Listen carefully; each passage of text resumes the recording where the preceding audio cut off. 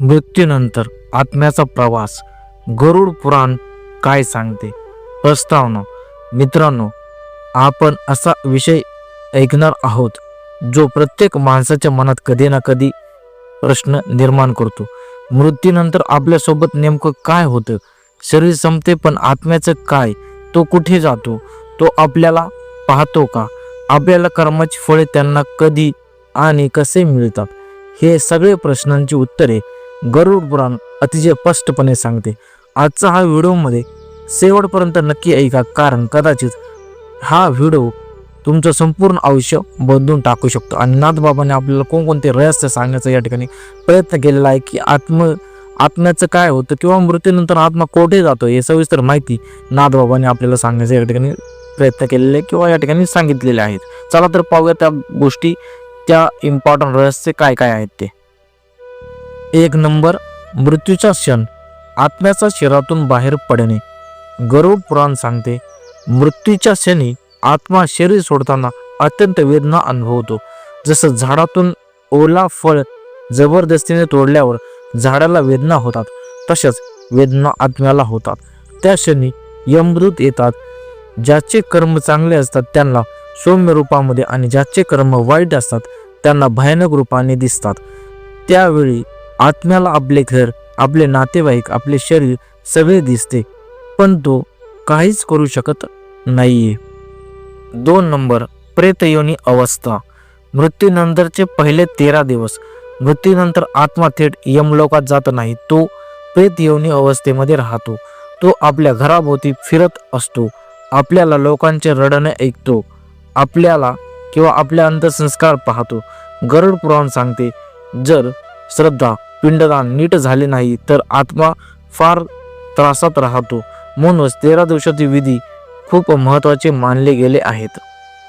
3 number, यमलोकाचा प्रवास, आत्म्याची भीषण यात्रा. 13 दिवसानंतर आत्म्याचा यमलोकाकडे प्रवास सुरू होतो. हा प्रवास 86,000 योजनांचा असल्याने गरुड पुराण सांगते, या मार्गावर अनेक भयावह स्थाने आहेत. लापता वाळवंट, काटेरी रस्ते, अंधेराचे मार्ग, रक्ताच्या नद्या. ज्यांना आयुष्यामध्ये दान केलं आहे, सत्य बोलले आहे, आईवडिलांची सेवा केली आहे, त्यांचा हा प्रवास सोपा वाटतो. पण ज्यांनी पाप केले आहे त्यांना प्रत्येक पावलावरती शिक्षा मिळतेच. 4 नंबर, यमराजांची सभा, कर्माचा हिशेब. शेवटी आत्मा यमराजाच्या दरबारामध्ये पोहोचतो. चित्रगुप्त आत्म्याच्या प्रत्येक कर्माचा हिसाब वाचतो. आपले शब्द, आपले विचार, आपली फसवणूक, आपली मदत, काहीच लपून राहत नाही. गरुड पुराण स्पष्ट सांगते, इथे पैसा चालत नाही, इथे ओळखी चालत नाही, इथे फक्त कर्म चालतात. 5 नंबर, स्वर्ग, नरक आणि पुनर्जन्म. कर्मानुसार आत्म्याचे 3 मार्ग ठरतात. पहिला आहे स्वर्ग. ज्याचे पुण्य जास्त त्याला स्वर्ग सुख मिळते, पण तेही कायमचे नसते. नरक, गरुड पुराणामध्ये 28 नरकाचे वर्णन आहे. त्यामध्ये कामेश्वर, रौरव आणि कुंभीपाक. प्रत्येक पापासाठी वेगळी शिक्षा आहे. तिसरा आहे पुनर्जन्म. पुण्य आणि पाप समान असतील तर आत्मा पुन्हा पृथ्वीवरती जन्म घेतो. म्हणूनच म्हणतात, जसे कर्म तसे तुम्हाला फळ मिळते. 6 नंबर, गरुड पुराणाचा अंतिम संदेश. गरुड पुराण भीती दाखवत नाही, ते आपल्याला जाग करतं. तो सांगतात, कोणालाही त्रास देऊ नका, खोटं बोलू नका, आई वडिलांची सेवा करा, गरजूंना मदत करा, अहंकार सोडा, कारण मृत्यूनंतर तुमच्यासोबत फक्त तुमची कर्मच येणार आहेत. समाप्ती. मित्रांनो, आजचा हा विषय ऐकल्यानंतर आपण फक्त ऐकून विसरू नका.